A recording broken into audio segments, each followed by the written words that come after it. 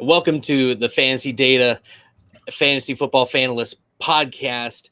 I've got Dan Williamson here. He will be joining us for this Underdog Bestball SuperFlex draft. But before we get into it, I want to give a shout out to our sponsors, Underdog Fantasy. Underdog Fantasy, they've got a lot of options. You love pick'ems, over-unders, they've got it for you.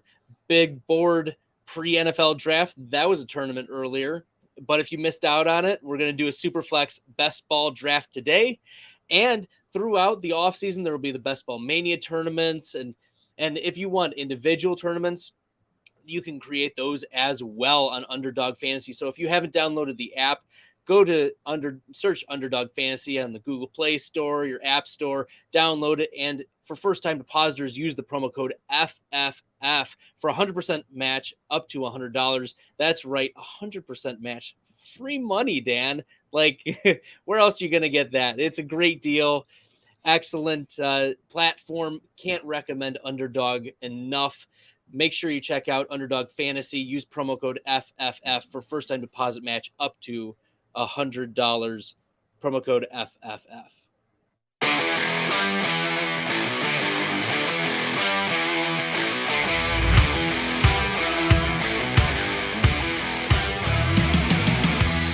Welcome to the Fantasy Football Fanalists Podcast, powered by Underdog Fantasy and presented by Fantasy Data, home to some of the industry's most accurate rankings.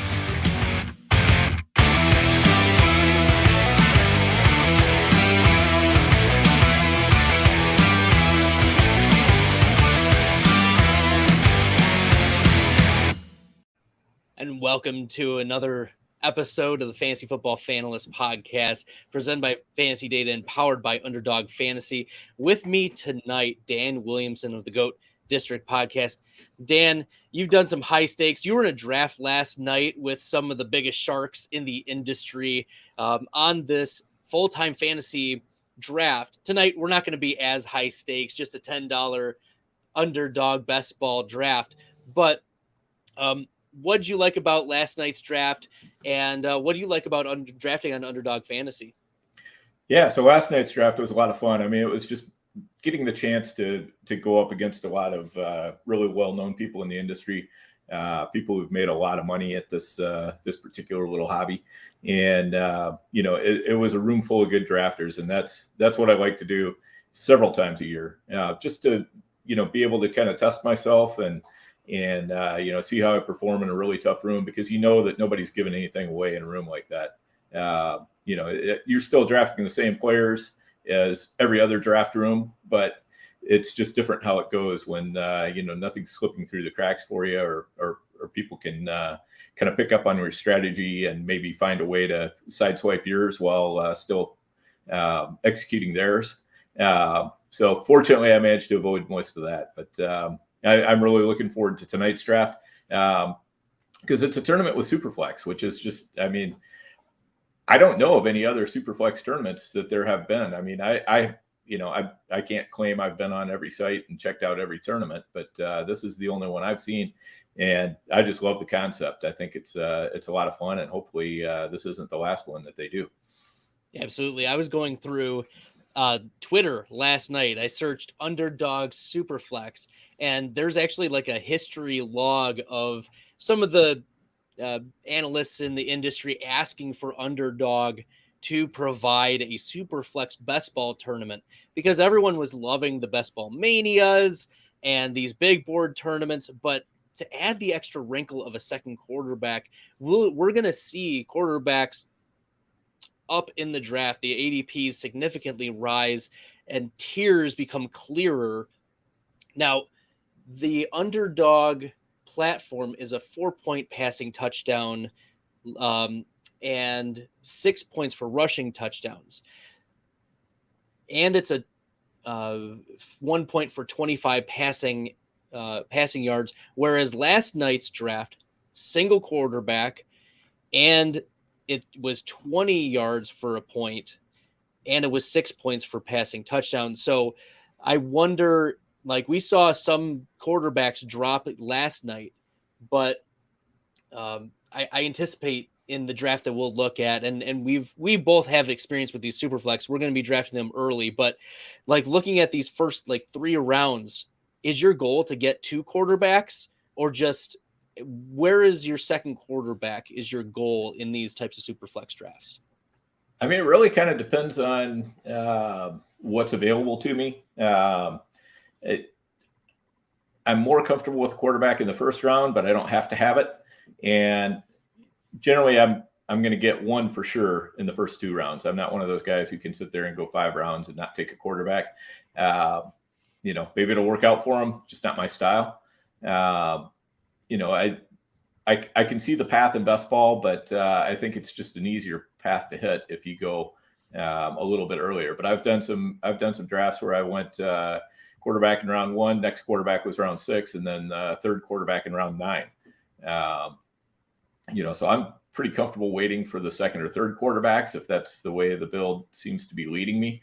Sometimes I'm working on a stack or something, and I don't want to mess it up by trying to get another quarterback in there. So, you've just got to do what you got to do based on what else the room is doing around you too. Yeah, last night we had the director of analytics for Player Profiler, Josh Larkey, in the room with us, and he has mentioned numerous times what you alluded to earlier, that the fewer things that need to go right, the better. Essentially, that you don't want to be banking on so many dart throws, because if you're banking on a 5th or 6th or 7th round quarterback, let's say a Davis Mills to be your quarterback 1, like there are so many paths for a Davis Mills to fail.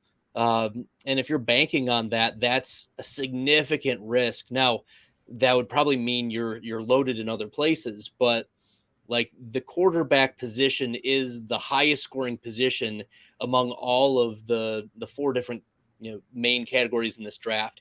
So to lose out on a ceiling play of quarterback, I would agree with you. Like you want to make sure you get them there. MoDog42 Superflex comments that Superflex drafts are fun. Lots of options. 3 wide receivers did kind of force wide receiver heavy drafts. And we saw last night that wide receivers really, they got eaten up pretty quickly, and there wasn't a lot of value left on the board, regardless of how sharp the room is. A 3 wide receiver draft really inflates the value of the wide receiver and devalues, of course, the quarterback or the tight end, the onesie positions.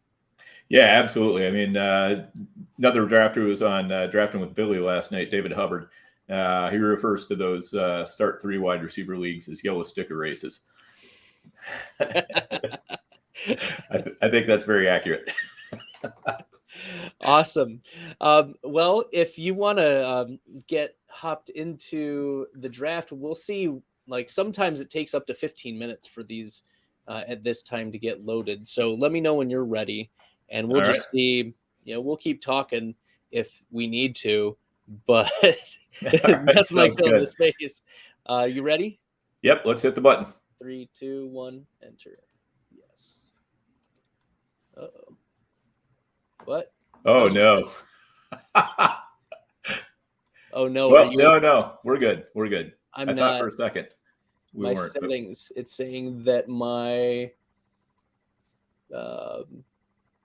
settings are not working. You want me to jump out of this one real quick? That would be helpful. Yeah, give me one moment. Yeah, we're only 3 away from filling. So. Yeah, why don't you stall while I figure out why this bizarre location action is going on, but nevertheless. Yep. Yeah, so anyway, getting back to last night's draft, I mean, I call it tongue-in-cheek the yellow sticker race, but they are fun drafts as well. It's just a different strategy that you have to use. You have to figure out, how many of the top line wide receivers you want to get and where you feel comfortable, kind of pushing off some wide receivers for your depth positions. If you get three or 4 really good wide receivers, you might be able to push off wide receiver until later depth wise. But in a draft like this, we've only got to start 2 wide receivers, and then there's 1 super flex, 1 flex. So it really kind of eliminates the pressure on the wide receivers, and it allows you to really build on these super flex with really you can move towards wherever the value happens to be. If it's a running back, you can load up on those earlier and get your wide receivers later, or vice versa. So I do like the fact that it allows a lot of different ways to build. Okay. It's saying that, come on, why is it? It's still not, it's telling me that my location is being blocked by my browser. So maybe I need to turn off that clear and continue location.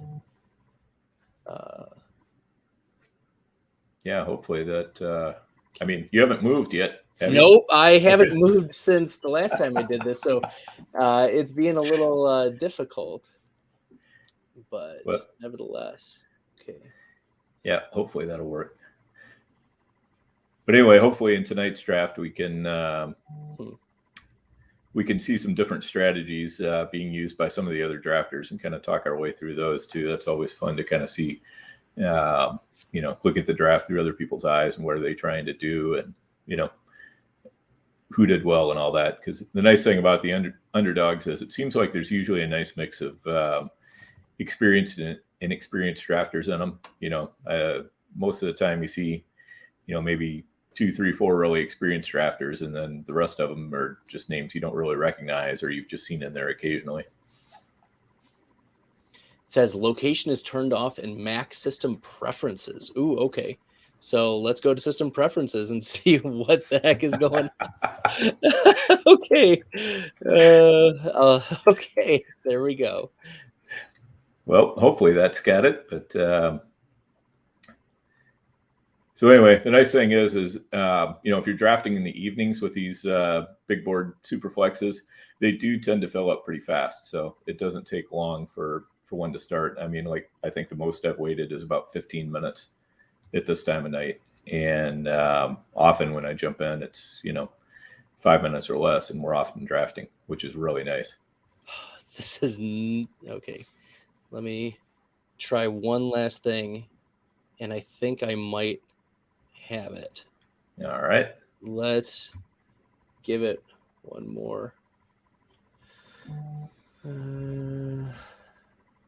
Okay, let me see.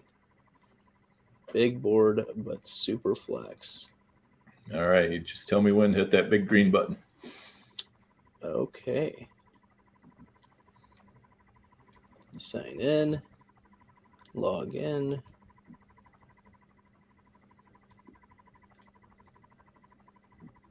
And the suspense is killing me. I know. I'm so sorry. This has never been like this before. Okay. You ready? I'm going to try it again. All right, let's do it. 3, 2, 1. And allow. Okay, I'm in. All right, I'm in. And it looks like it just filled just like that. Okay. Excellent. So, yeah. So hopefully you're in the one that filled. I hope so. I'm got the 12th spot. It looks like you've got the 4th spot. Let me get the settings. Dark mode. This dark mode. Appearance. Yes. No, that's not what I want. Okay. Well, let's share screen. And that's not as nice on the light, but yeah, it'll be workable though. I like dark mode. I actually judge people if they intentionally are in light mode. Like, do you live, I don't know, in like the bright lights of some city? Because I need the dark. My eyes are just so.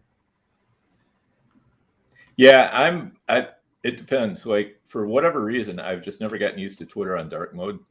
But most of my other browsing is done on dark mode. So I have no idea why that is.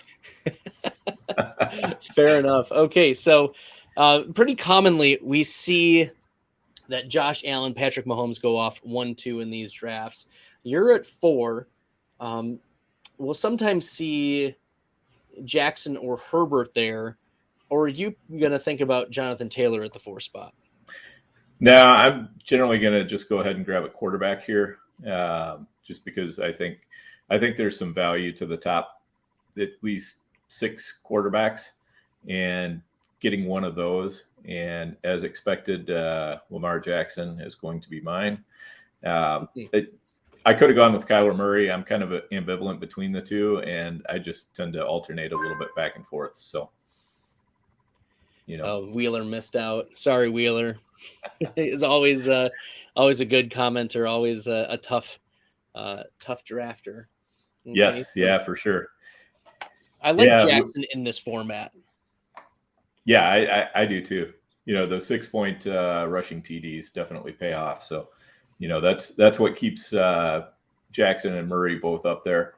We did see Murray do a little bit less running last year, but I'm not sure if that's just was related to his injury, or if that's kind of a change in how they're approaching their offense. But I tend to think it was just because of the injury.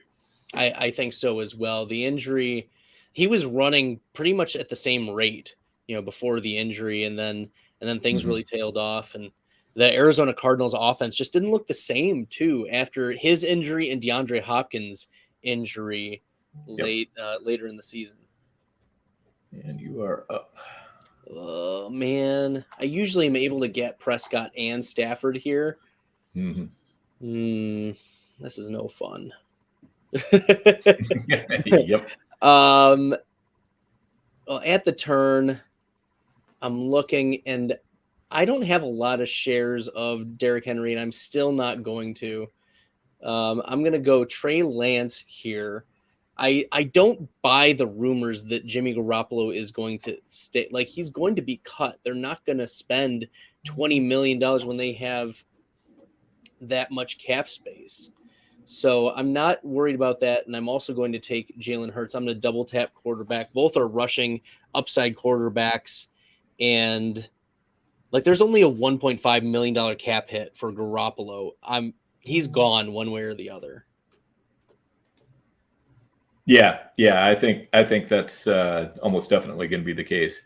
The only way it's not is if they just can't move him until, but I think they've got to move him before the draft, really. I think is going to be the case. So I think they're just going to have to take whatever they can get for him at that point. And with Malik Willis showing out, there's been talk. Cody Carpentier of Player Profiler, Roto Underworld, was actually at the draft or at the Liberty Pro Day, and he saw Matt Rule there, and he asked Coach Rule, are you going to be able to take? What do you think about Malik Willis? And he's like, I don't know if he's even gonna be in the top 10. He's gonna be earlier than that, possibly. So I think that there's been a stock rise for Malik Willis pretty significantly, and you took Henry there. I think that's actually a good spot for Derrick Henry, given the injury concerns, how much older he is, and the expected increase in inefficiencies for the Tennessee Titans offense for 2022. Yeah, and definitely if Jefferson or Chase had been there, I would have taken one of those two. I mean, I was sure that the Joe Burrow drafter was going to be taking Chase. That's just an automatic, or it should be. So Devonte Adams went off the board right after you took Derrick Henry. I think in this format, Devonte Adams is probably a back end round 2. But in a 1 quarterback league, does Devonte Adams crack the first round with this trade to the Raiders? I'm seeing him go right at the turn. So some drafters are not too scared of him, and others seem to be pushing him down. So it just kind of depends on who's at the back of the round. If people are a little bit more nervous about it, in the 9 through 12 slots, then he's probably going to get pushed around. But most of those drafters are not going to be upset at all about taking him in the, with their second round pick. So with that trade, would you say he dropped a tier or is just lower in that tier behind Cooper Kupp and Jamar Chase? Because like there's Tyreek Hill and Justin Jefferson going there. Yeah, I guess I throw him kind of maybe a tiny bit below that, but I definitely prefer him to like Diggs or, a player like that. All right, let's see. All right, so Najee Harris just went off the board. Travis Kelce went at the 3-1. Derek Carr at the 3-2. And you took Devonte Williams, who was available to you. I've seen him go as early as the back end of the first round in some single quarterback drafts.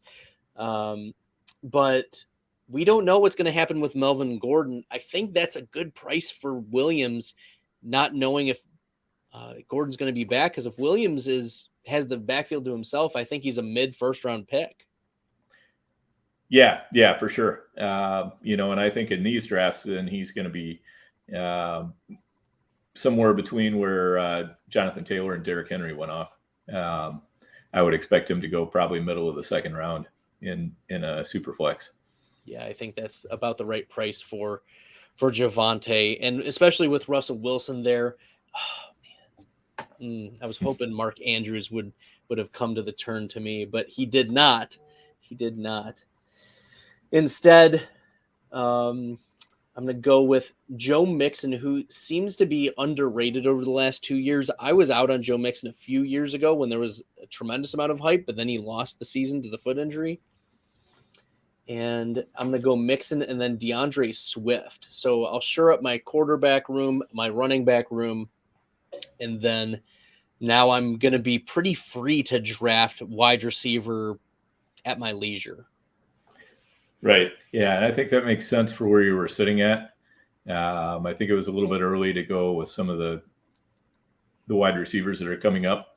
You can make your argument for them, but I like the running backs where you took them there.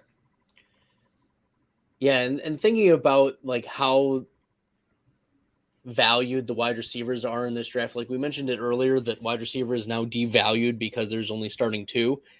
And like once you get outside of the Cooper Kupp, Jamar Chase, Justin Jefferson, Tyreek Hills, wide receiver 9 to like wide receiver 18 are like have pretty much the same upside. Like there's not really a significant shift, I think, in looking at these wide receivers that they'll score points, they'll have ceiling games, but they'll also bust at about the same rate or at about the same place. So it looks like we have a few. So Wheeler missed out on the draft. Sammy missed out on the draft, and Modog 42 missed out on the draft. I'm sorry, guys. We've got a lot of fans who are really into seeing how this draft is going. But so far, you've gone Lamar Jackson, Derrick Henry, Javonte Williams, Mike Evans. I really like Mike Evans there at the 4-9. He's the wide receiver. Was that 9, 10, 11, 12? I think Mike Evans at the wide receiver 12 is a good value, especially with Brady coming back. We know it's going to be a pass first offense. We know that they're going to be a fast paced offense as well. They signed Fournette, so you know that there's a running game and a passing outlet that teams have to cover out of the backfield.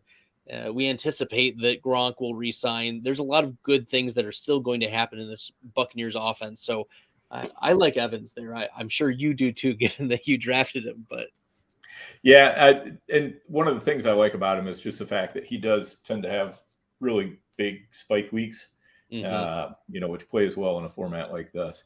I was a little bit surprised that the guy who had Burrow, Chase, passed up on T. Higgins and took Jalen Waddle over him. While I do have Waddle rated over Higgins, the stack is pretty intriguing there. So, yeah, I mean you have to be excited when the coach from Miami, like in his first interview with the Lebitard show, I believe he was asked, like, who's the offense going to run through? Who's the name for fantasy football? And he just said, Waddle. Yeah. It's gonna be Waddle. And we saw like flashes from Jalen Waddle that were not just flashes. He commanded a target share. He got open. I was, frankly, in dynasty drafts last year, I was really underweight in Jalen Waddle. I thought that he was a little bit better than John Ross. And coming off of a big-time injury as well, I was concerned. Also, I wasn't trusting that Miami would be able to use him correctly. But it looks like Tua and Waddle are a legitimate stack, collegiate shower narrative, all of that. So I think that Waddle is. I wonder where I'm going to have him projected at, but I'm excited about seeing what the Miami offense could look like, even more so with a full season of Jalen Waddle and Tua. Yeah, for sure. And I had actually been loading up on Waddle in the very early draft season, before they hired, I'm blanking on his name, but the new coach from San Francisco.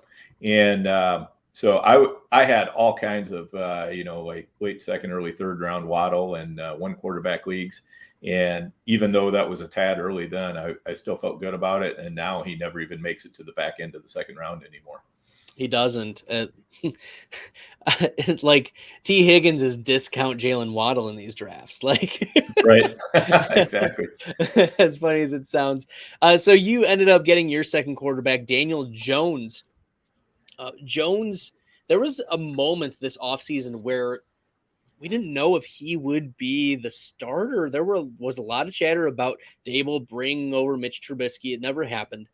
But they did bring in Tyrod Taylor and paid him, I think it was $8 million a year, something significant enough. And with Jones, I don't think they've extended the fifth-year option, have they? I don't believe they have, but I don't know. I think if you go into the season starting Tyrod Taylor over Daniel Jones, when you have the option to see, what he can do in your offense, that just seems to be malpractice to me. Ooh, Devonte Johnson, I like that. Yeah. Oh, this is a tough one because I like a few players. I'm just gonna go robust running back and Cam Akers. So Deontay and Cam Akers is my running back 3. I'm fine with that as well. Deontay Johnson, I know it's half PPR, but things couldn't be worse. With Mitch Trubisky, I did a Twitter thread a couple days ago, and it was something like 70-80% of Mitch Trubisky's games, he had a wide receiver that was targeted 25% or more of the time. So he has shown in the past that he can hyper target his wide receivers. In fact, it was like 40% of those were 30+% target share games for games that he started. So he has those tendencies. I'm not worried about Claypool. They lose Juju. I think Pat Freiermuth is fine. So Deontay Johnson, I think he's a great value there still. Yeah, for sure. And Akers, like you say, that's not a bad spot to take him. And I was thinking about a tight end there possibly, but I wasn't willing to go down to an ADP of 85 or 86 for Dallas Goddard or Dalton Schultz. I know I'm on the turn, but I just wasn't willing to do that. I'm very high on Goddard. Like if he somehow makes it all the way back, that's someone who I'd be interested in. But I wasn't willing to reach that far to try to fill a positional need. And I think that that's one of the things that drafters, like I need to speak out loud. Like you don't want to drop tiers significantly. Like you're leaving value on the board when you have ADPs of 59 and 60 and 61 on the board with Cam Akers. I was thinking about Mike Williams there just because his ADP is there.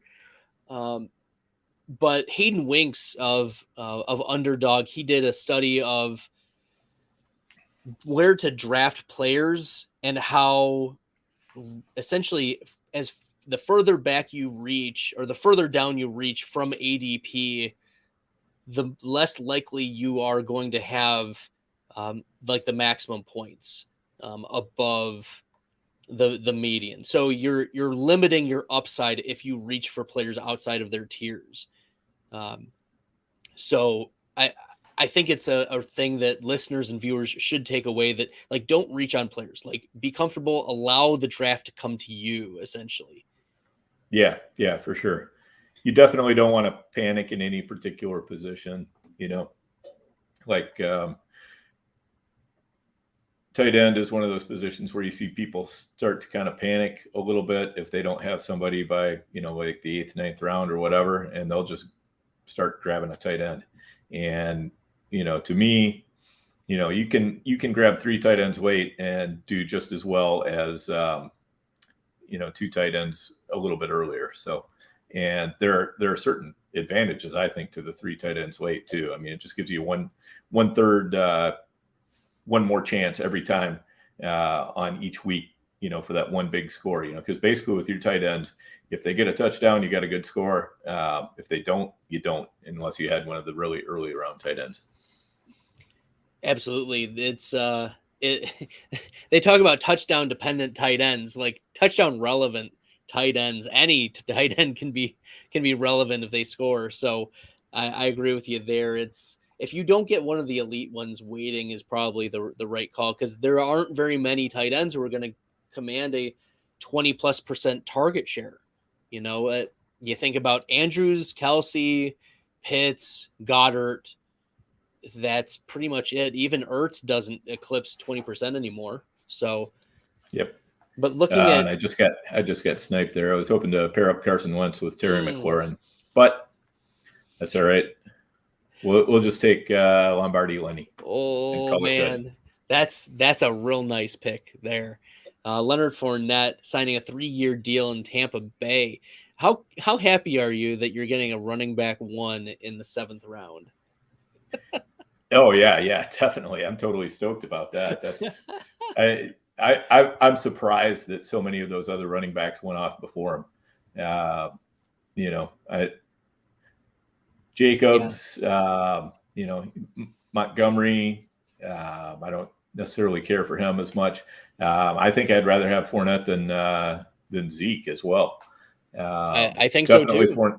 Definitely Fournette over Dobbins. So, I think Akers was probably one of the last ones that you could say, have the potential to outscore Fournette. So. Okay. Well, you're almost up. I'm almost up, and yes, I was talking up Goddard, and I can't not take him now here at the turn. But another player that I'm warming up to is Darno Mooney. And originally I was very anti Darno Mooney because I didn't think he was that good of a prospect. I didn't think he had sustainable skills. But then in year 2, like, he took a step forward. He maintained his target share. He was a downfield threat for Justin Fields, who had the highest average depth of target among all quarterbacks. Like, he was just chucking it down the field if he wasn't running the ball. So, and Darnell Mooney is that downfield target. They haven't replaced Allen Robinson in a legitimate way. Byron Pringle is not the answer at wide receiver 2, in my opinion. I don't know about you, Dan, but that's not quite getting it done for me either. So I think that a good fit, and I want to throw a name out here, Dan. I want to get your opinion on this connection that we've seen over the last few years. We've now seen Derek Carr and Devontae Adams hook up. We've seen Jamar Chase and Joe Burrow, Tua and Waddle. How about Justin Fields and Chris Olave in Chicago? Yeah. Yeah. That definitely makes sense. You know, put him with Olave, put him with Garrett Wilson. I think they might have to make a move to get Wilson, but Olave would be perfect. Yeah, because I think they don't have their first round pick this from the trade to get Justin Fields, so they might have to trade their second and move up. But because Olave right now, I think is being drafted or mocked in a lot of these real NFL drafts at the end of the first round. So we'll see. I do like to go back a little bit. I do like your Terry McLaurin pick. And then to get your third quarterback, Jared Goff, right there. I don't think that Goff is going to lose any starter reps this year, but with how Malik Willis showed out at this Liberty Pro Day, man, oh man, there have been a few recent mocks of the Lions taking Malik Willis at second overall.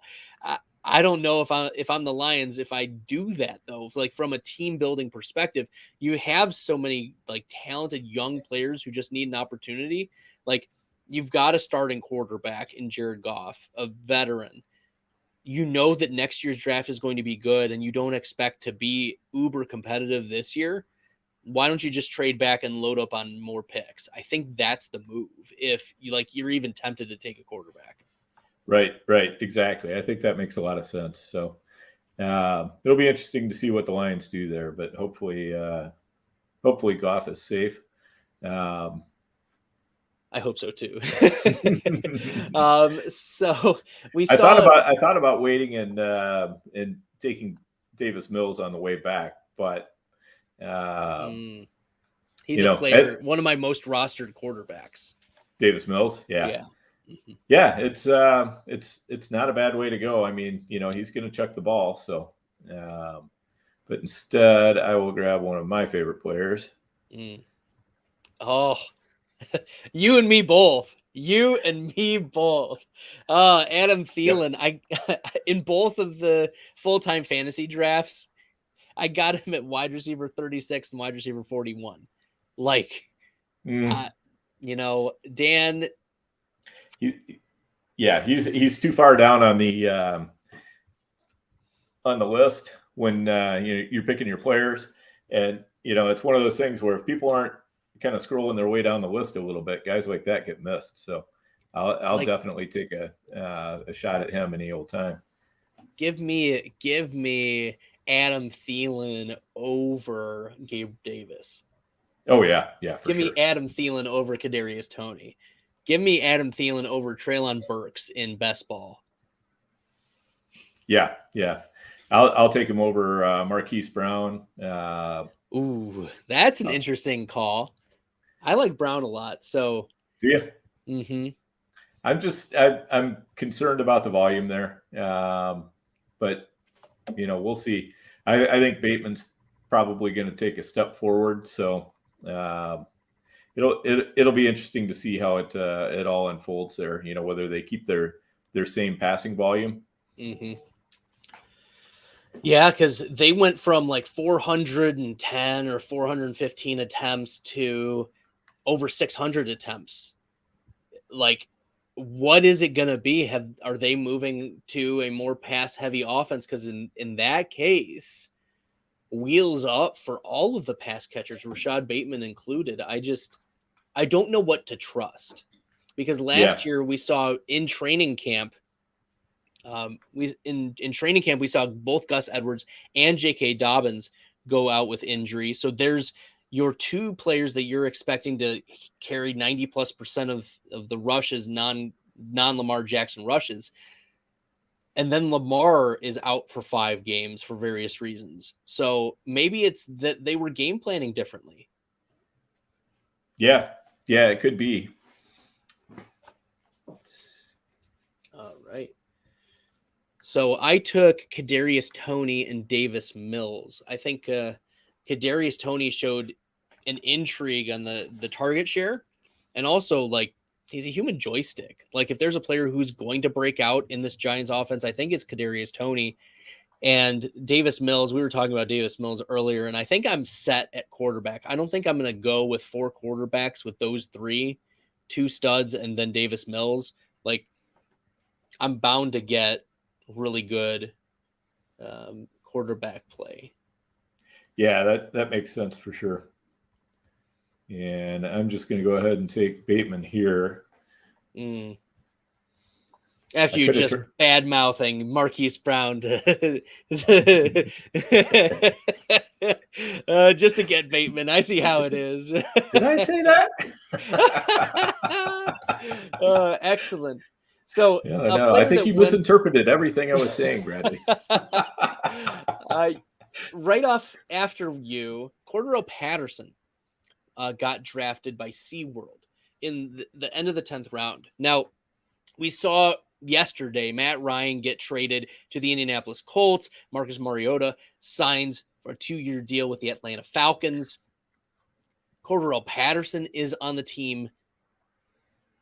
He's the number 1 wide receiver.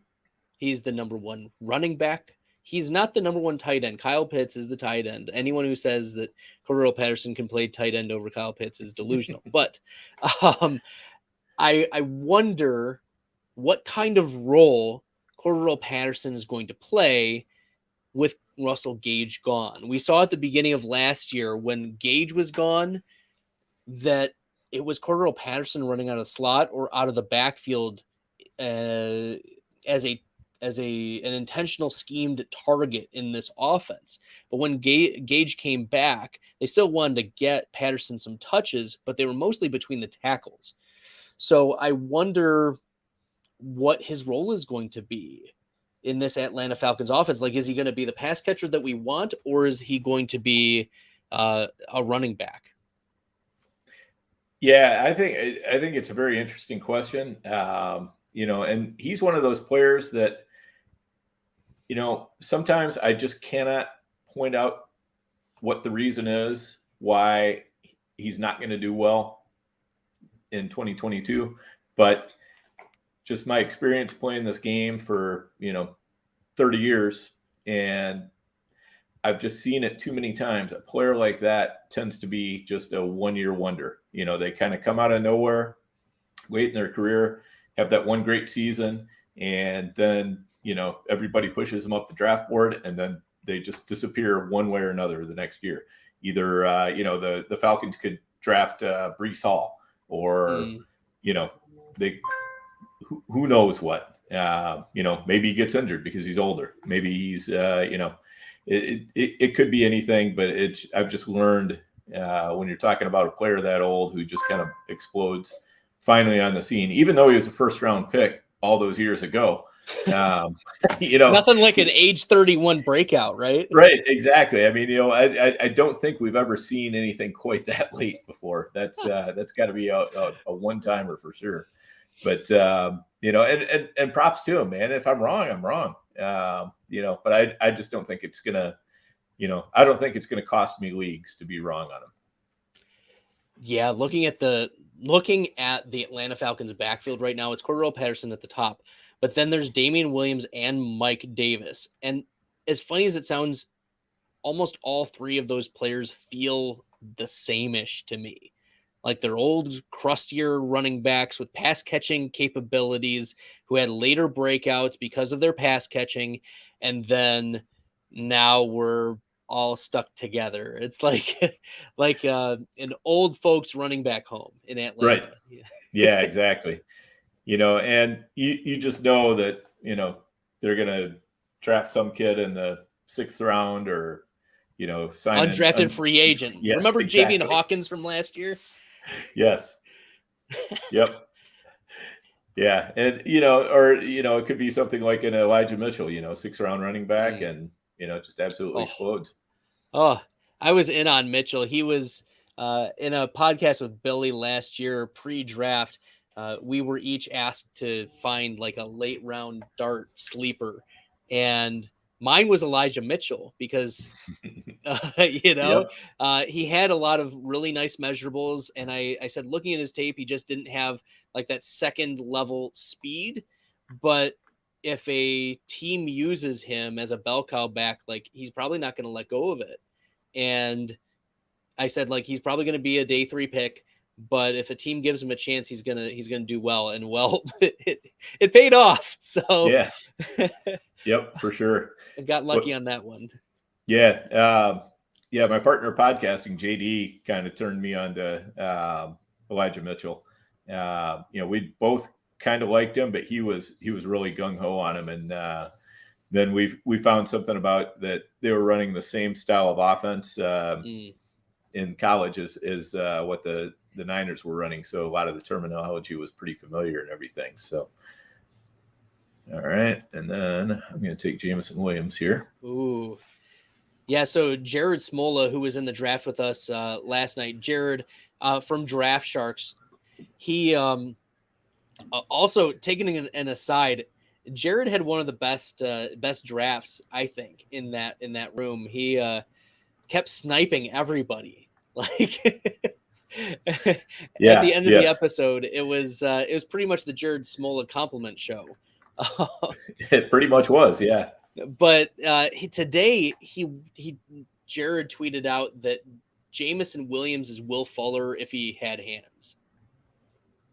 And that's pretty high praise given the upside we have seen with Will Fuller. If Jameson Williams, because he's coming off the ACL, if he gets discount drafted to some elite offense and they're willing to wait for him to get better, holy buckets, this guy could be something.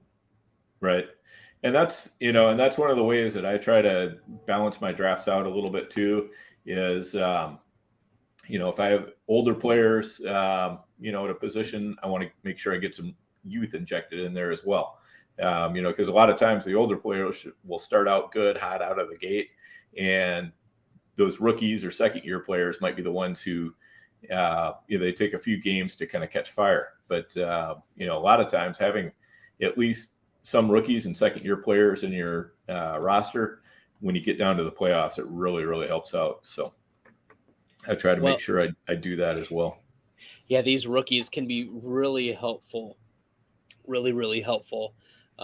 Here near the back end of fantasy drafts. Once again, Josh Larkey from Player Profiler did a study of rookie fantasy points for running backs and wide receivers. And obviously during the last 4 games of the season, rookies tend to outperform each of the other first, second, and third sets of 4 games throughout the season. That's definitely something to keep in mind.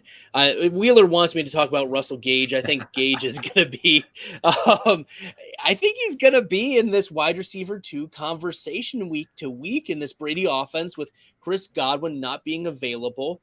I know that Leonard Fournette is going to be a thing and Mike Evans, but Evans only had a 16% target share last season. We've seen Evans have a 30% target share, but I don't think it's getting, splitting the difference is like a 23% target share. I would take under 23% for next year for Mike Evans, even despite the Godwin injury. We don't know what's going on with Gronk. Antonio Brown is not there. So I don't think he is going to be ever drafted as a wide receiver 2, but I think he's still one of the most undervalued wide receivers right now in these best ball drafts. Yeah, for sure. All right, you went Kenny Golladay in the 12th round and J.D. McKissick in the 14th round. McKissick did re-sign with Washington after pivoting from Buffalo. There were reports that he had agreed to sign with the Buffalo Bills. I think that McKissick is still going to be a valuable part of this Washington offense. We've seen Carson Wentz throw the ball to the running back. Boston Scott was useful. Miles Sanders was useful when Wentz was there. So I think that that's a player that's still going to be relevant, even if it's not Taylor Heineke throwing the ball. Yeah, for sure. I think so too. And, I just like the fact that Washington was out on him, and then they said, no, we're back in. We didn't really think that you were going to be able to sign for that much. I think they were just, they thought he wasn't going to make as much on the open market as what Buffalo offered him. And, all of a sudden they were like panicked, picked up the phone, talked to his agent. Hey, we really want him for that price. So if he'll come back, so that to me says that they definitely want to use him. In a half PPR format like this, he's not quite as valuable, but, still yards are yards. And he does get loose for some touchdowns, and, even half point per reception is going to help out when you're talking the 14th round. It's a pretty solid way to go. And also, if anything happens to Gibson, let's not speak that into existence. Yes. I have too much Gibson to speak that into existence. But I'm also smart enough that in drafts where I don't get Gibson, then I'm looking maybe at a little bit of McKissick just in case, diversify across my draft. You took my guy, Chris Carson. Yeah. Here's the thing is I was also in on Chris Carson after the reports were that he would be ready to go for the fall. And regardless of whether Rashad Penny is re-signed, he's going to be the starter. Those were the reports in March, be they as they may. The reality is that Carson has always played over Rashad Penny. Like, he's always done it. Even when Rashad Penny was having some boom games, Penny was still not the primary ball carrier and not the primary running back in this Seattle offense. And with Russ gone, I anticipate that they'll be running the ball even more. All right. I know it's tough right now. It really is, and especially when my entire queue got wiped out. Oh, that was not what I was expecting to see. When all of a sudden I looked up, I'm like, wait, I had guys in my queue and they're not there anymore. I took Jamison Crowder there. I know it's a reach. He was pick like 180 and his ADP is 230, but I think that's going to be low for where Jamison Crowder is eventually going to be drafted. He signed with the Buffalo Bills. He's going to be their slot receiver. And we saw Cole Beasley over the last few years just absolutely go off. Beasley, I'm pulling up the data now. It's crazy to me that Cole Beasley was having let me find it. Cole Beasley is in the same like 90th percentile outcome as, where is it? Over the last 17 games, Cole Beasley's 90th percentile outcome was the same as Brandon Ayuk, Devonta Smith, Curtis Samuel, Juju Smith-Schuster, DJ Moore, and Michael Pittman. So, wow. I mean, I'll take that in a Buffalo Bills offense. Yeah, for sure. That is kind of eye-opening. Okay. So you went KJ Hamler. I love that pick. Absolutely love Hamler. Second round pick a couple years ago, coming off the ACL tear. People have completely forgotten about him. I think he's from Michigan. So I think from Orchard Lake St. Mary's, about 30, 40 minutes north of where I'm from, or where I'm at right now. And KJ Hamler, like, we saw some really awesome things his rookie year and then just hasn't been able to stay healthy because he's a small dude, super fast though. Yeah. If he can get his legs right, I mean, he could do some great stuff. Especially with a good quarterback who can take advantage of him. I think there's a little bit of Tyler Lockett to his game. I hesitate to compare anybody to Lockett just because, Lockett ended up being a fantastic outcome. Not everybody's going to do that, but still, he's a player in the same mold. Definitely. Let me pull up here. Okay. Yeah, so I took Ernest Johnson, just in case Kareem Hunt gets cut, and Braxton Barrios. Barrios is my number one or number two most drafted wide receiver in these formats. Yeah. I've been taking Barrios everywhere. Mm-hmm. So you definitely don't have to sell me on him, but I do think you should sell the listeners on him. Let me pull up some data then about Braxton Barrios while you're on the clock. Braxton Barrios, a very interesting player because he was undersized, but was given opportunity with Elijah Moore out last year. His 90th percentile outcome, wide receiver 28, in the same vein as like a Kadarius Toney, a Josh Palmer, Brian Edwards. Like these are players who just ahead of him, Allen Robinson over the last 17 games, and behind him, Mecole Hardmans. So like that type of 90th percentile outcome, but his max last year, he was the wide receiver 5 for 1 week. Mm-hmm. Yeah. And they use them in so many different ways. I mean, they use them on the jet sweeps. They use them, they can use them as a quarterback. They can use them out wide. They can use them in the slot. So, I like players like that have a lot of utility that can be moved around the formation. Barrios, Wheeler is a fan of this Barrios conversation. He's also a fan of Jameson Crowder, thinking that he'll go in the 12th round. I think he'll go, around where Russell Gage was going, maybe a little bit later, maybe a little bit above. But we'll see if the Buffalo Bills draft anyone. Right. Even so, I think the one who gets hurt by all of this is Gabe Davis. There's only ways to fail for Gabriel Davis. There's not much more of a ceiling for him. Mm-hmm. Yeah, I would agree with that. He's a guy that weirdly enough, when he gets used, he does super well, but they just seem to try to find ways to not use him, which I've not quite understood. But I think they are going to have to start looking for a number one who can learn under Diggs and make Diggs expendable in the next year or two. And so, salary cap wise, they need to draft a receiver, I think. Yeah, they're gonna. I mean, they might draft one. There are probably going to be some free agents that just continue to fall in value. I'm not sure who would still be out there, but now we're getting into the 19th and 20th rounds. Like, you're just taking players that you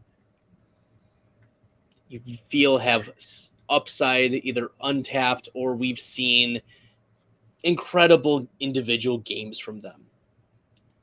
Like, there's go for it. Yeah, exactly. And it's good to rotate those players around a little bit, not get too much, stuck on the same guys over and over and over again, because these are lottery tickets down here. And, you don't want to, it would be like scratching off that same lottery ticket, 10 times and going, why didn't it win? So I try to vary it around. I have several different running backs, several different wide receivers, a couple different tight ends, and I'll vary around which positions I'm looking for in these last couple rounds, and then which guys I'm taking at those positions. So I try to vary it up 2 different ways at once. Okay, I ended up going 4 quarterbacks, 3 of them rushing quarterbacks. Lance, Hurts, and Hill. My thought with those, I only really stacked or intended to stack Hurts with Goddard, because I think that those are 2 players that will connect on the reg, but like, I'm not convinced of stacking quarterbacks with wide receivers, especially in low volume pass offenses. Yeah, it's a little bit tougher that way for sure. Right. And I took Brashad Perriman because if you want to take a dart throw on a good offense. It's Tampa Bay. Brashad Perriman's back in Tampa. Yep. for sure. And wow, one unsung player that, while you're making your last pick, that I want to shout out in round 15, you took. Okay, all right. We need to pause the draft here because this is a beautiful pick. I love that you took Duke Johnson. This was supposed to be J.D. McKissic. This was supposed to be his role, and instead, Duke Johnson. Oh man, that was a beautiful pick. I'm a fan of Duke Johnson there in the 20th round. Oftentimes, still not being drafted in these formats. So, loving the Duke Johnson pick, loving the Hayden Hurst pick in 15.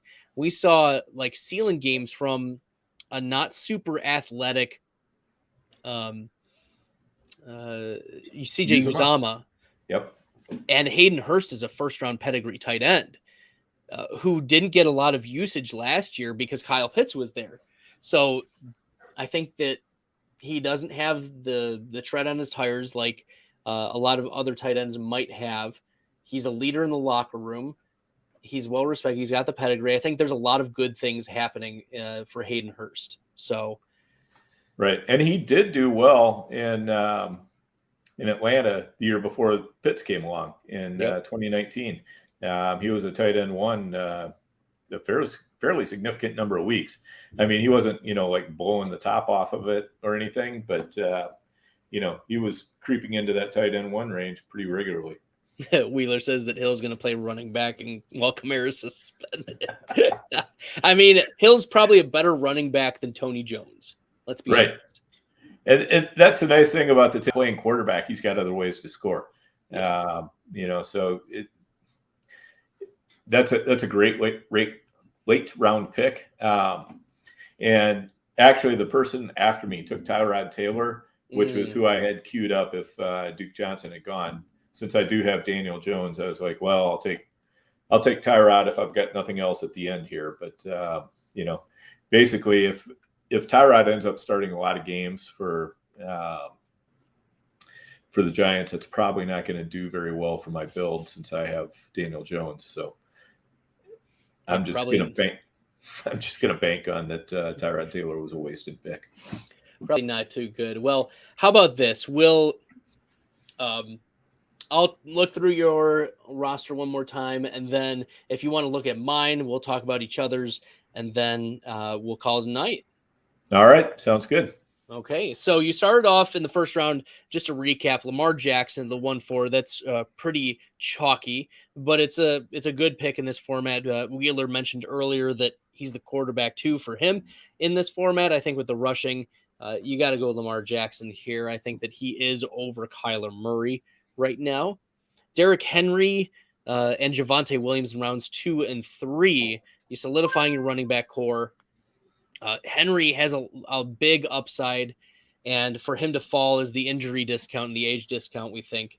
Devonte Williams, well, let's also say that you took him over Austin Eckler probably because it's half PPR. In a full PPR, I think that it's Eckler over Henry in these formats, in a full PPR format. Yeah, I would agree.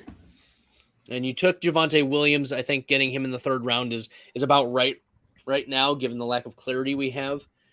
But then Mike Evans, Daniel Jones, Terry McLaurin. You got your second quarterback. You got both your wide receivers. And I didn't get to talk with you about the McLaurin pick, but I think that getting Carson Wentz is an upgrade over Taylor Heineke, as much as people will say, well, Heineke and Wentz had similar stats that we're cherry picking here and there. Like, Carson Wentz is he's got the draft pedigree.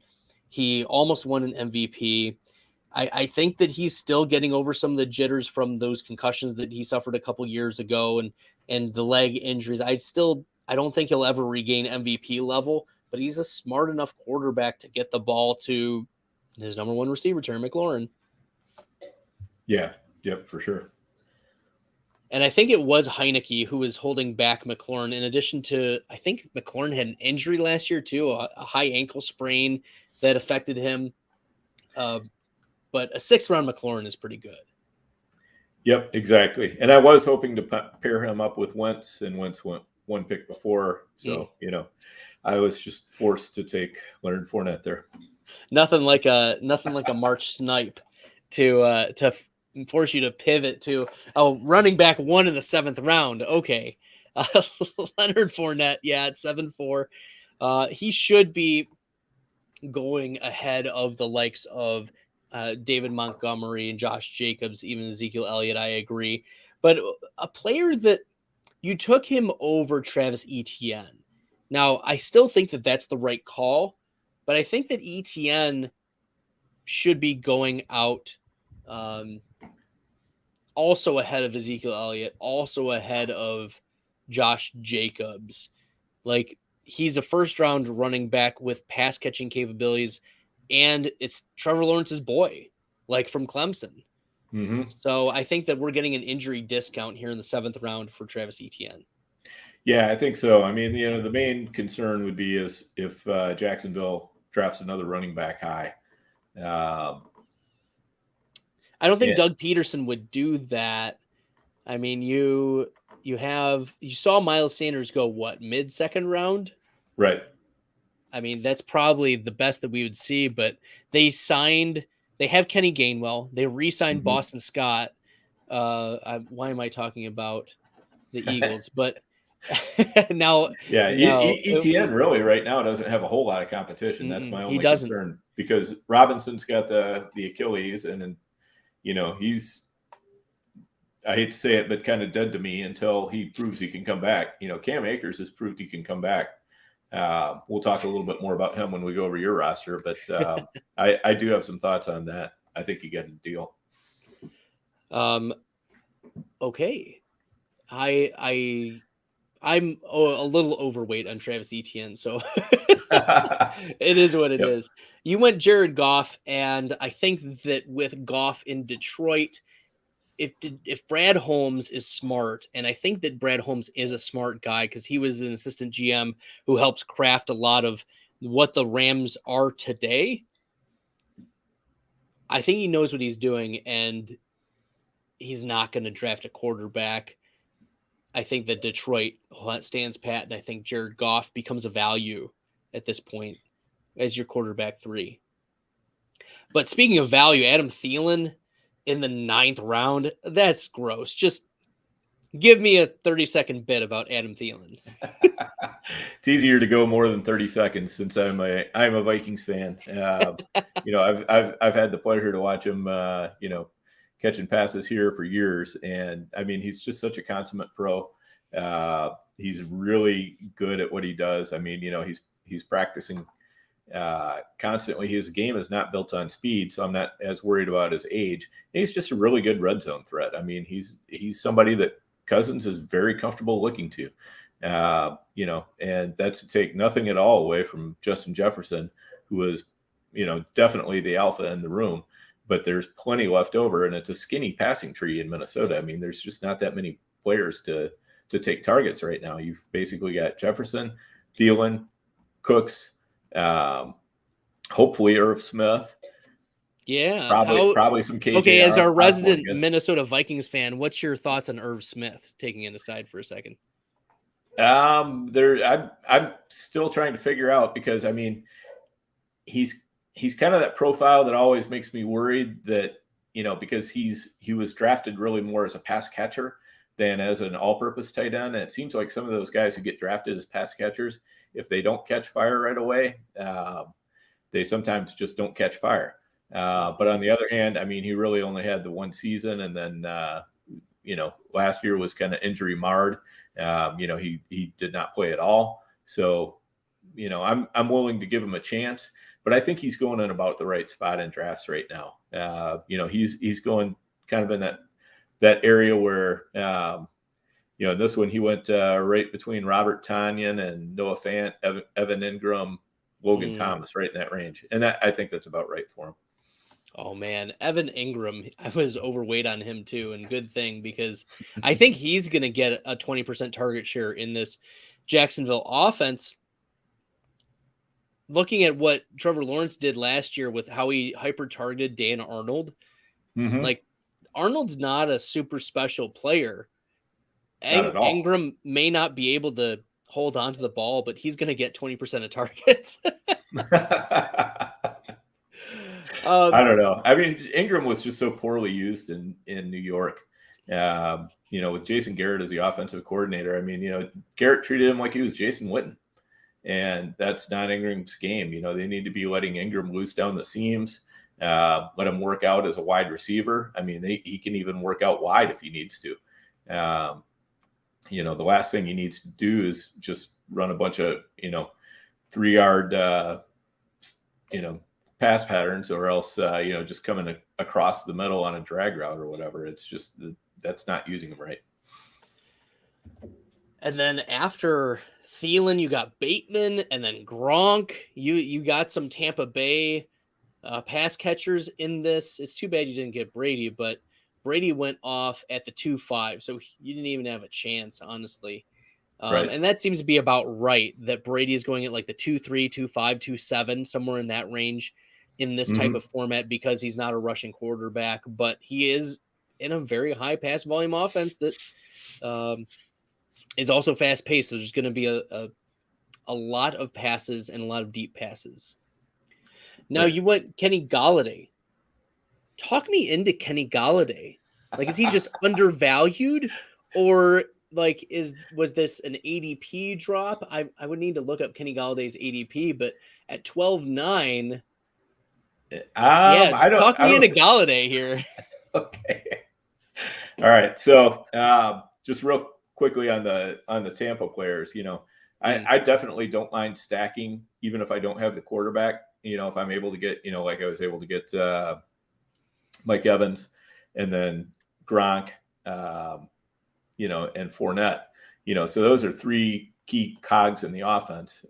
We're assuming Gronk will be back. I mean, we don't really know that, but assuming he's back, then that's going to be three key cogs. So even though I don't have Brady, if Tampa offense does well, I'm in the playoffs, I'm in good shape. Golladay, I will, in my defense, I will point out that I do have Daniel Jones at quarterback. So there was a. Okay, so you're going with the stack excuse. I see. I'm going with the stack excuse, but I mean, they owe him a lot of money. They can't get rid of him. He's due to be better. He can't be worse than last year, right? Yeah, exactly.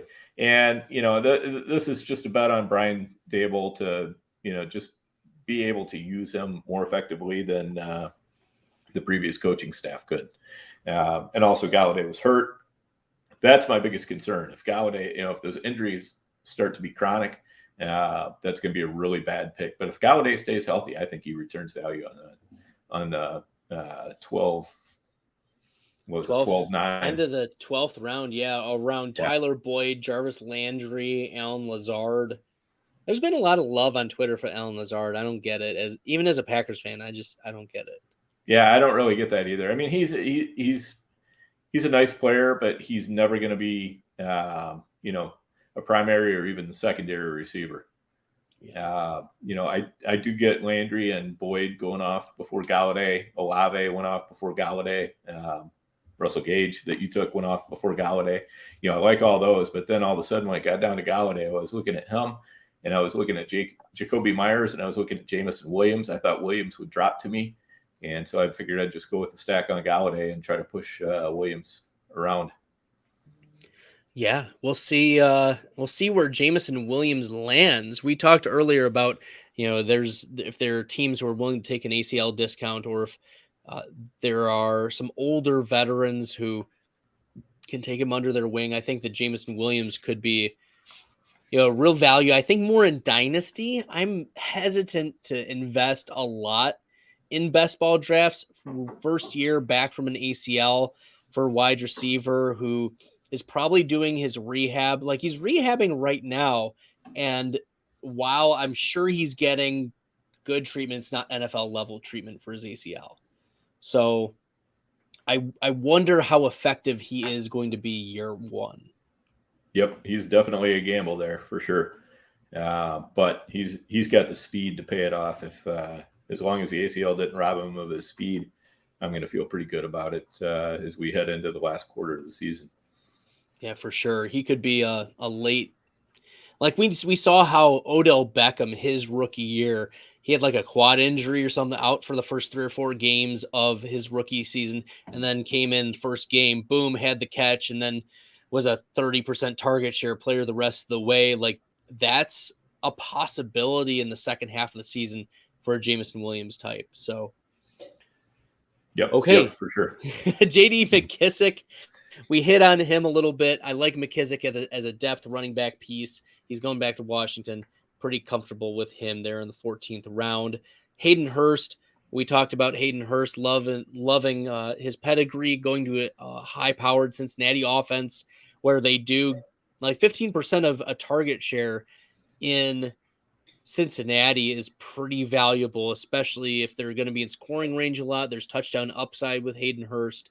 I think that this is a really good place for Hayden Hurst. I don't know if I would take him over Noah Fant, but I would be comfortable taking him over Evan Ingram, over Logan Thomas coming off an ACL, over David Njoku right now. Okay. Yeah. So not Cole Kmet. I still am comfortable with Cole Kmet's target share. Yeah, I like Kmet. I think he's a good bet. All right. JD commenting here. Nothing wrong with a little JD to spice up a draft. I love it. An homage to the GOAT District co-host. Mecole Hardman here in the 16th round. Once again, we're taking dart throws on good offenses. The likelihood that a Mecole Hardman hits is pretty low. But if he does hit, like we're talking about a 90th percentile outcome of wide receiver 28 to get him this late in the 16th, almost the 17th round. Okay. Yep. And he's the kind of player who can, he can get you a couple 3 scores along the way, even if he doesn't do anything else. They do try to get him the ball in a variety of ways in Kansas City. Pringle's gone. Demarcus Robinson's gone. They brought in Juju, which isn't going to help him out at all. But I mean, Mecole and Juju are just 2 very different players. So I think they'll get used differently. So I see Mecole hanging on to his targets for the most part. And Demarcus Robinson today just signed with the Vegas Raiders. So, yep. There is an open spot on the outside perimeter, I think, if regardless of what happens, whether it's Mecole Hardman battling it with a rookie or some other free agent maybe coming in playing, but it's right now Mecole Hardman as the other outside wide receiver, I think. Yeah, definitely. He's got a starting role. KJ Hamler in the 17th round, he's got speed to burn, and if Jerry Jeudy goes down, like KJ Hamler could be what we wanted Jerry Jeudy to be. Right. Yeah. And that's the thing. I don't mind taking shots on Patrick and Hamler because Jeudy is just underwhelmed so far. Now, with Russ Wilson, it could be a completely different story.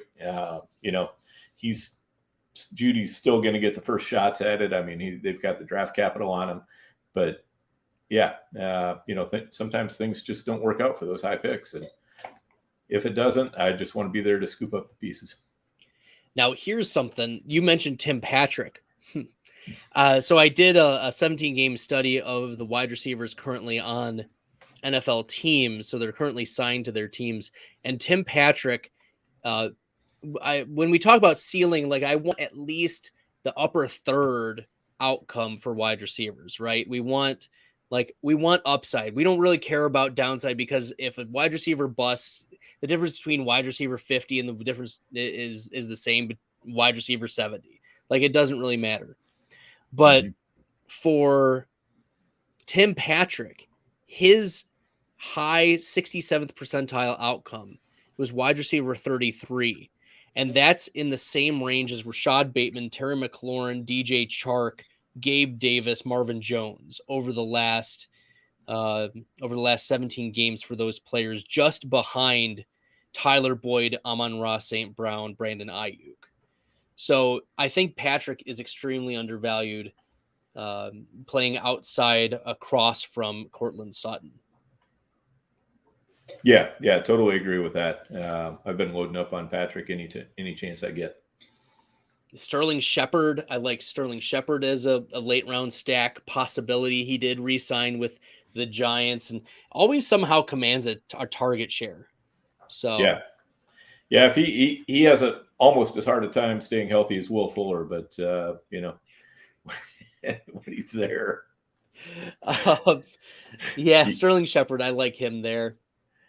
I'll rotate through him and other wide receivers that late. Exactly. Yep.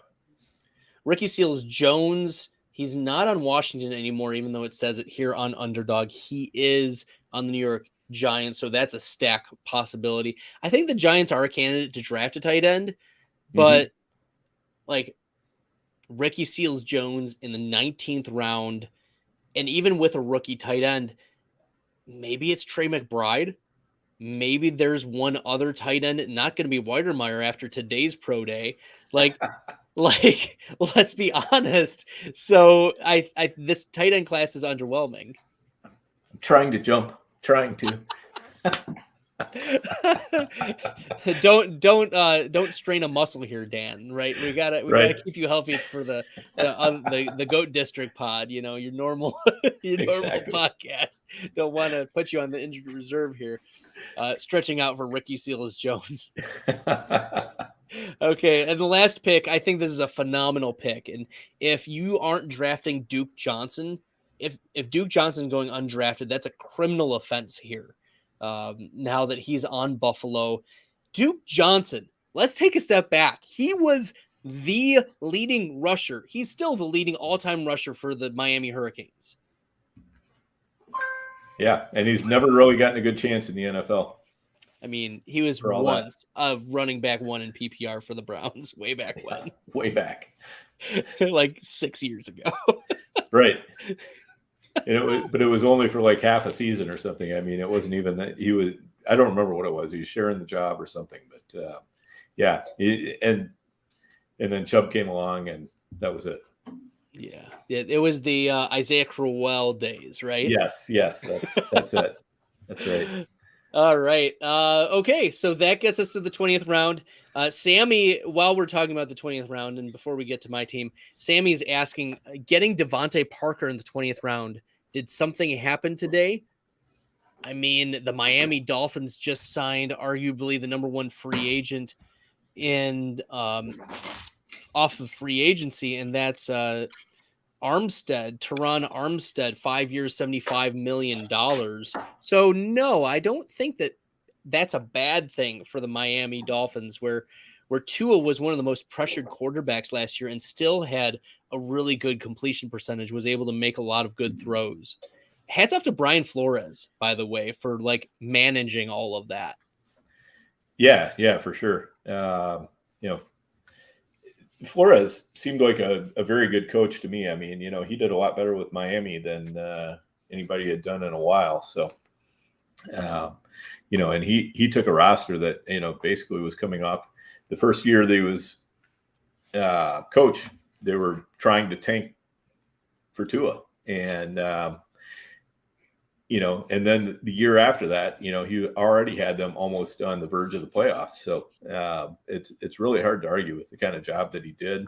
And, Mike McDaniel hopefully can continue to bring Tua along. And, with a better running game, I think that'll probably help him out too. So here's something fun little trivia. Devonte Parker is the only wide receiver in my study. So all of the wide receivers who've signed, so don't include like Antonio Brown. He's the only wide receiver over the last 17 games played without a top 10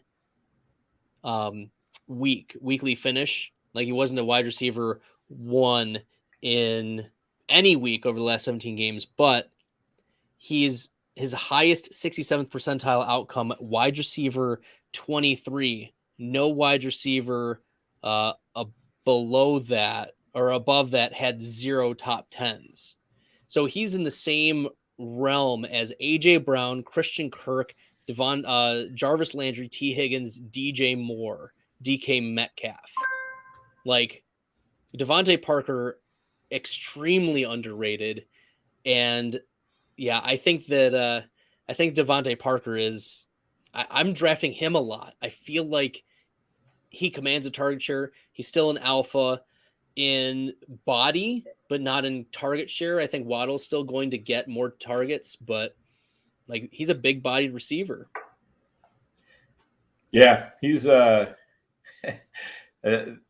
don't know. That might be a backhanded compliment to say he was the guy who had the highest possible outcome with the lowest possible actual results. Like he never got to be a top 10 and still was doing like his upper third was better than a lot of other wide receivers who we consider to be like wide receiver 1s or 2s. Yep. Yeah. That's a strange place to be in. So hopefully he moves in the right direction this year for sure. Hopefully. Okay. All right. Enough banter about the Dolphins and Devonte Parker. Let's get on to Trey Lance and Jalen Hurts here. Yeah. So I really like those picks coming around that turn. I've had the 11 or 12 spot. I've done that. I've mixed in Aaron Rodgers with one of those two. But I definitely like getting a couple quarterbacks at that spot. Because I think a lot of times when you come back in the third round, it kind of depends on the draft, but sometimes it's really tough to get a decent quarterback at the 3-4 turn. You're giving up too much at quarterback to not take quarterbacks at the 1-2 turn, if that makes sense. Yeah, looking at who was on the board when I was selecting Joe Mixon, DeAndre Swift at the 3-4 turn, like Ryan Tannehill, Matt Ryan. Mm-hmm. Yeah, that's not a real attractive, and when you can get Mixon and Swift instead of those two, that's plus EV right there for sure. I was really hoping Jonathan Taylor would have fallen to 12, but yeah, that's about as late as I've seen him in these things. And McCaffrey going in front of him is also a little bit unusual. Yeah, but so I went those two quarterbacks. I went those two running backs. Yep. Yeah, and that worked out perfectly again, because you set yourself up to be able to double tap at running back, or if there had been a great running back and a great wide receiver, whatever, you left yourself a lot of options. You didn't have to feel like you had to get a quarterback or anything like that. You could just take the best two position players and go with that. Yep. And then afterwards, I love Deontay Johnson at the end of the 5th round. That's fantastic. Yeah. I'm all over Deontay Johnson this year. I think he's underdrafted pretty much every year. I think he probably belongs more in the area of Mike Evans, Jalen Waddle than he does down here, going just before DJ Moore and Chris Godwin. I mean, I'd take Deontay Johnson over DeAndre Hopkins. Yeah, I could definitely see that too. I don't mind Hopkins as much, but I'm a little bit like Hubbard. I think Hopkins, could be a huge alpha this year just because they've got nobody else at wide receiver. They're having to let everybody else go. So, Yeah. So after Johnson at the turn, I went Cam Akers. Mm-hmm. Yeah. Let's talk Akers. I know, to me, it's crazy that everybody was so super excited about him, just before the playoffs, because he came back in the same season, and that's just crazy fast. I mean, we've never seen anything like that at running back before. I think we've seen it I believe there was a defensive end several years ago that tore his Achilles in week 1 and then came back for the playoffs, or game 17 or game 16 or whatever. But we've never seen it with a running back.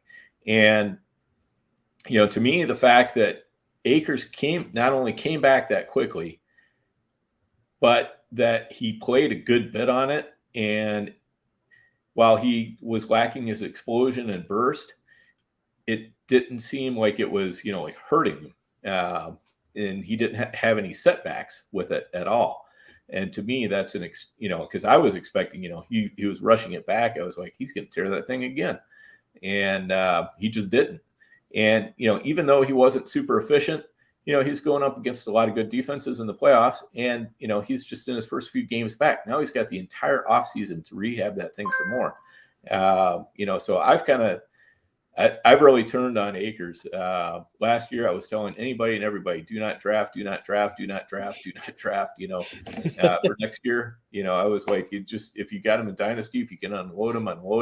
And, now I'm like, hey, give me Akers. I'm totally bullish on him again. Yeah, he was a hotly debated running back. We brought on Josh Larkey to debate Billy about Akers because Billy was so anti-Akers and Larkey was so pro-Akers, and we never got like a resolution from that debate. Ultimately, it ended in a tie. I declared a tie on behalf of us. But looking at like the big board drafts that I had, exposure-wise, Cam Akers was my 5th most drafted big board running back for this year. So I do think that he's getting some discount. He's going to be on a good offense and he's going to get the majority of run. Sony Michel is a free agent, and Darrell Henderson, he may chip in here and there, but I think that Akers has established himself as the 60+% carry share. Yeah, as long as Akers holds up physically, I think that's definitely the case, and I do think that there's a good chance that he will. So, yeah, I like Akers a lot there. I had the same debate with Jax Falcone on the Goat District pod a couple months ago. So I was taking the Muzio side for sure, and now I'm completely off it. So. That's the way it goes. I mean, you got to be willing and able to take new information when it comes to you. And, if it means you need to change your priors, you need to change your priors. Definitely. If for those who are still watching or listening, and they remember when I was on the clock earlier, when this draft was live, I had talked about how, I was happy with my running backs at this point in the draft. Before I had drafted Akers, and I was happy getting Deontay Johnson there. I didn't want to draft DJ Moore. I felt like there was a tier drop down from Johnson to Moore. And I even debated taking Dallas Goddard instead of Cam Akers. But then if you remember, I went on this long spiel about how you don't reach, right? You don't reach because you let the draft come to you. You never know.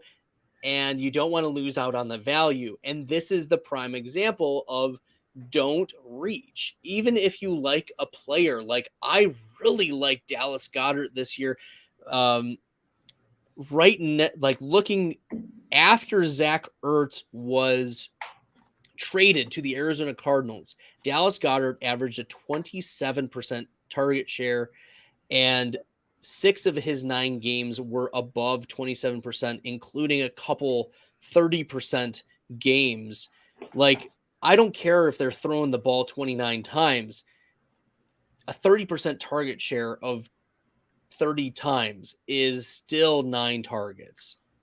Okay. And 9 targets from your tight end in the 7th or 8th round all day, every day.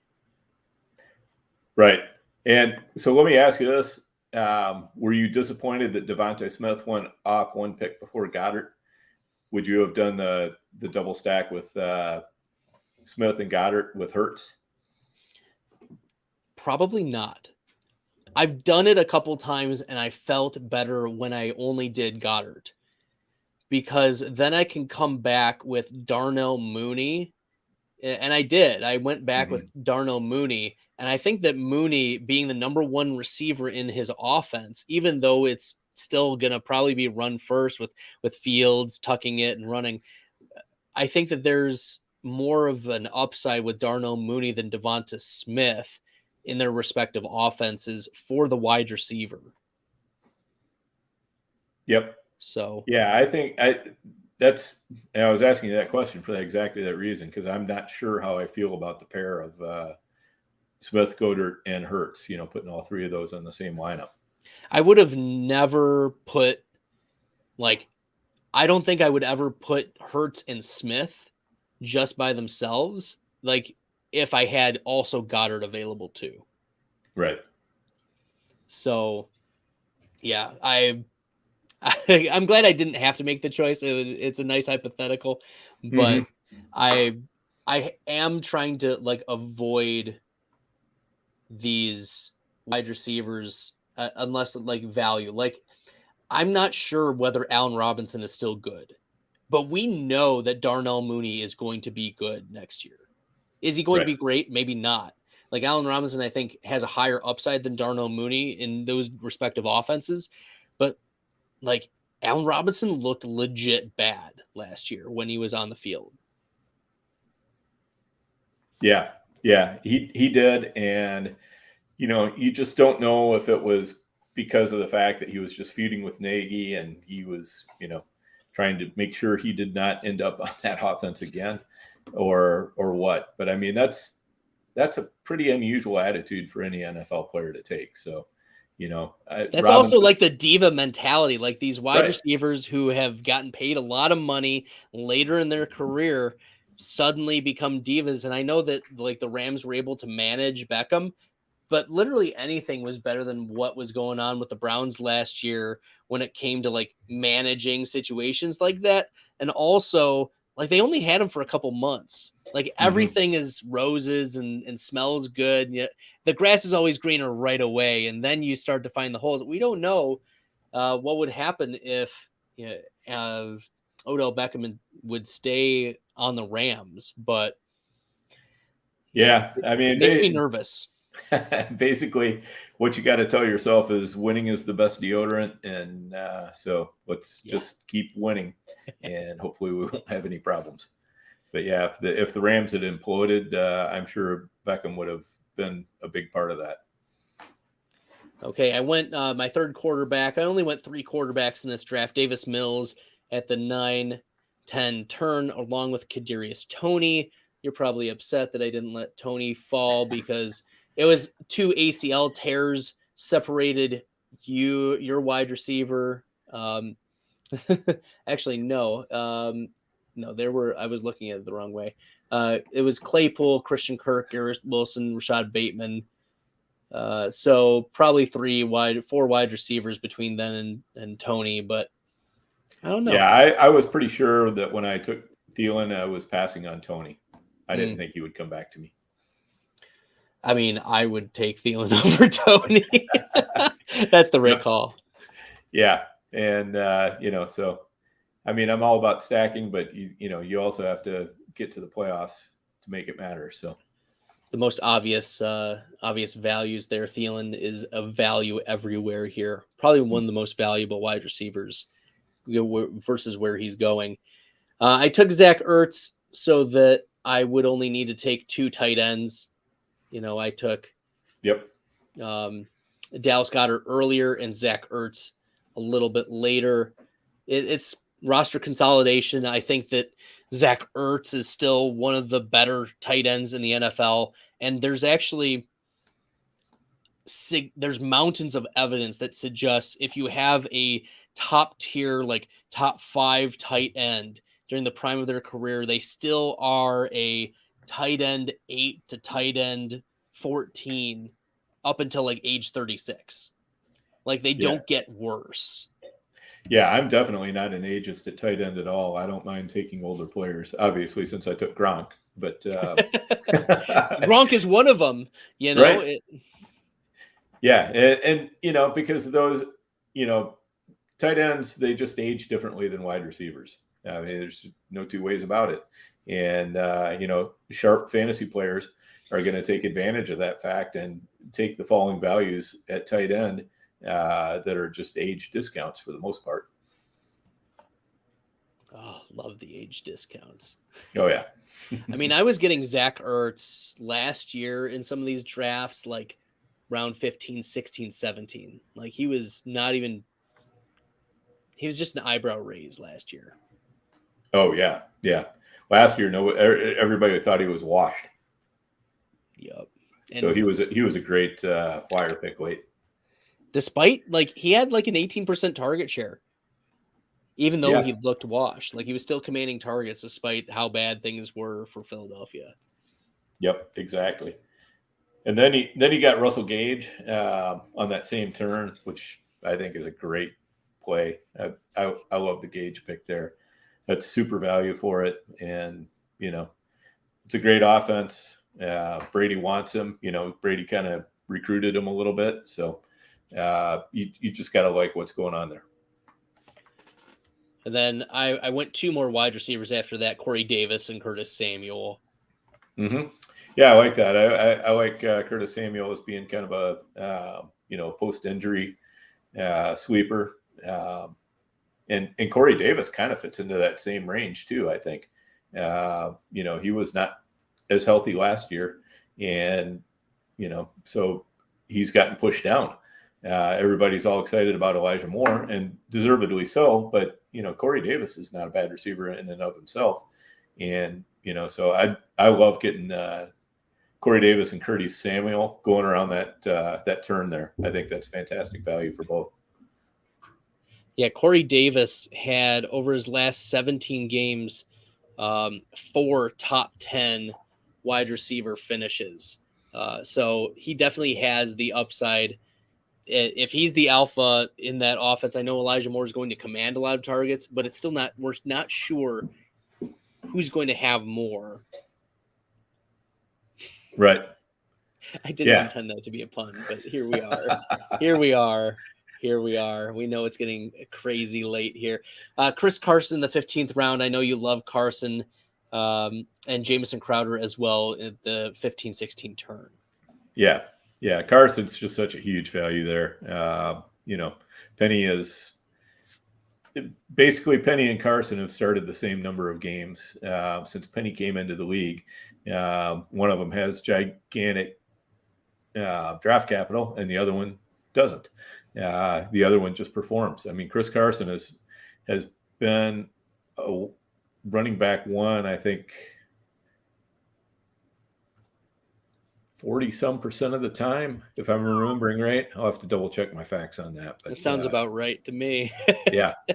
Yeah. So, I mean, basically you throw out his rookie year when he only started 4 games. And once he seized control of the job, I mean, he's a wide receiver or running back one, a huge percentage of the time. He basically performs like somebody taken in the first 4 or 5 rounds would perform on any game that he's starting. And at round 15, at the end of round 15, I mean, you're getting compensated for the fact that he's not going to start 16 games or 17 games. Yeah, the only question I have about Carson, because I think the injuries will answer themselves. The only question I have for him is, what is this offense in Seattle going to look like? Because Russell Wilson is gone.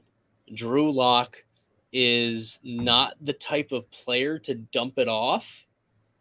Like when we saw Melvin Gordon join the Denver Broncos and Drew Lock was the starting quarterback, Melvin Gordon's target share dipped significantly compared to his career in Los Angeles. And I know Phillip Rivers is the dump off king, but I mean, Drew Lock was not looking at all for his running back in the passing game, just looking down the field or down the middle at the seam. And so it would be between the tackles, and Carson is such a violent runner that I think the injuries are still in play for him there.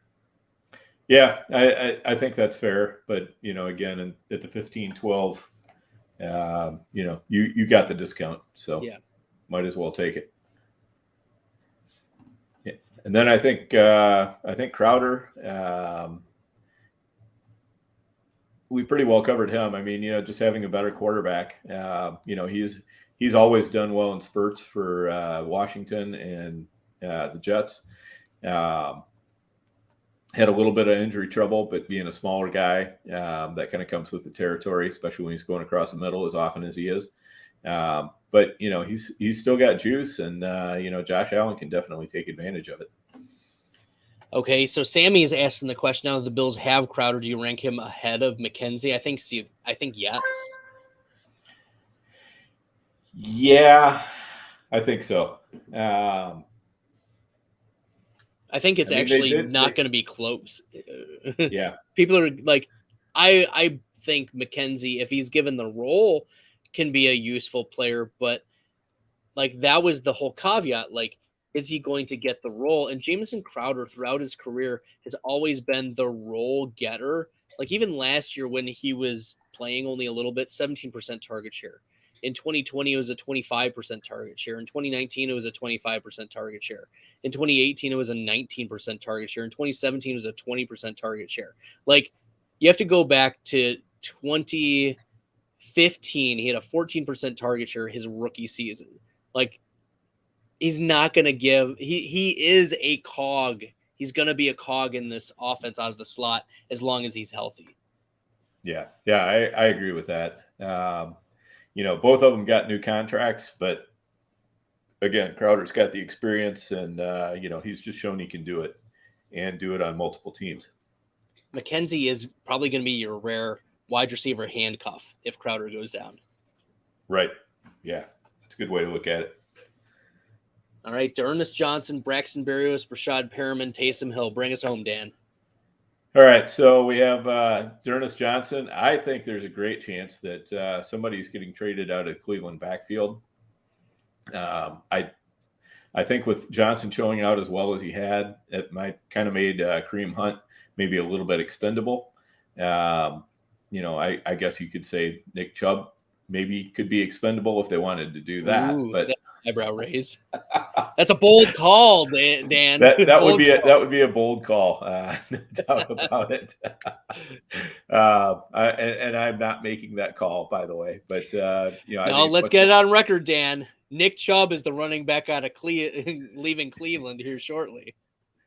So yeah, Hunt. Hunt is on a cheap deal that's easy to trade, and Ernest Johnson, he's on a deal that's going to be, even cheaper for Cleveland. So, they're going to probably need to save some money with the Deshaun Watson contract. So I love the Johnson pick. I think, good things are coming for him. We just got to wait for them to happen. They're going to happen sometime right around the draft or else in training camp is going to be where it happens. And then Braxton Barrios, that's meet the new Jameson Crowder, same as the old Jameson Crowder, right? I don't know if he'll get the target share, but I like the sentiment. Yes. Yeah. So, like we said during the draft, Barrios kind of does it all. He could play quarterback. He can run the jet sweep. He can play out wide. He can play in the slot, and the guy's pretty fearless. So that's what you want to see. It's kind of the same skill set. In a way, he's like in some ways, he's like a slow Tyreek Hill when they're using Tyreek Hill closer to the line of scrimmage. He doesn't have the downfield ability. He doesn't have the speed, but as far as like the types of things he does. Yeah, he's got the agility, which is, an underrated attribute. Looking at when Barrios was used weeks 14, 16, 17, 25, 30, and 40% target shares. Holy poop. Plus, I have a very soft spot in my heart for Barrios, who brought me home in a couple dynasty leagues where I'd been just absolutely destroyed by injuries. So picked him up off the waiver wire, stuck him in my starting lineup, and won. Oh, beautiful. A thing of beauty. Yeah, there's nothing better than the random pickup off the waiver wire, stick them in there, and they give you 25 points or whatever. For 25 grand. There you go. Yep, exactly. Yeah, and then Rashad Perriman and Taysom Hill. I think you said it exactly right with Perriman. If you're going to take a shot this late in the draft, take it on a good offense. And then for Taysom, we did mention earlier that he can play a variety of positions. So even if Jameis Winston's playing quarterback, it doesn't mean that Taysom Hill is not scoring points. And so it's a nice fallback for you. As a fourth quarterback, if Houston does end up drafting a quarterback or something, I think Davis Mills' job is safe, but you never know. I think so too. There's just, they need so much, and I don't see how drafting a quarterback in this quarterback class is going to much rival what they have already in Davis Mills. Yeah, exactly. And they do have so many other needs, and they're going to have extra draft picks coming next year as well, and they can even trade off a draft, one of their draft picks, one of their first this year. They could trade for, first next year plus a bunch more, and just start collecting their 2023 firsts right now. Sounds like a great plan. They're going to need them. They will. Houston needs still a lot of work. Well, Dan, it's been great having you on the pod. Make sure we want to, of course, our sponsors, Underdog Fantasy, but y'all do a lot of drafting on Underdog. I've seen you in some of the draft rooms. I know you post them to Twitter. Give us your plugs. Talk about the GOAT District before we sign off today. Yeah, absolutely. So the GOAT District podcast, our flagship podcast, can go really anywhere. We do some dynasty, we do some high stakes, we do a little bit of best ball. We do have a best ball offshoot that will, now that we're into drafting season, we'll be firing that one up more and more often, doing some underdog drafts, doing some FFPC drafts, just whatever works for best ball. So we're gonna be doing those, but the main thing I really enjoy about the podcast, and I think our listeners will enjoy, is we get guests on every week that are super interesting to us as high stakes players, as players that play in a variety of formats.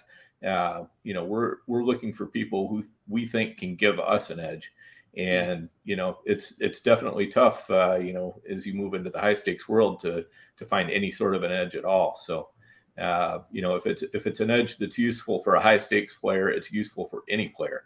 And I think that's a lot of the value of what we get, so we've had some great guests on, like JJ Zacharyson. We've had some absolute high stakes monsters, guys who've won multiple tournaments, Nelson Sousa,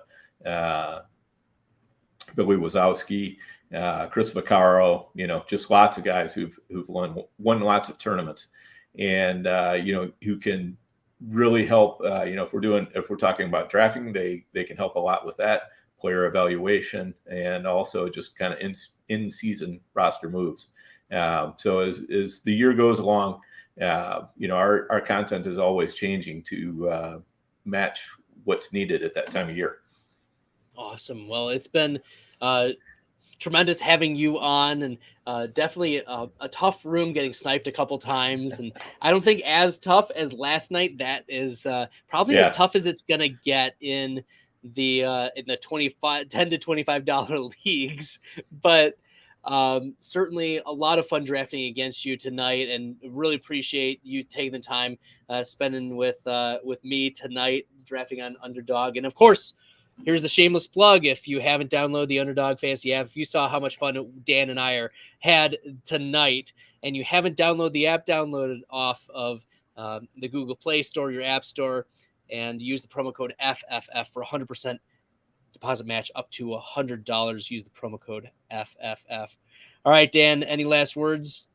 No, thanks for having me on, Bradway. I really appreciate it. It was a lot of fun drafting against you, and just kind of talking our way through the draft is always a blast as well. So thanks again for having me on, and let's do this again sometime. Sounds great. Have a good one. See you in the best ball streets. All right, sounds good. See you later.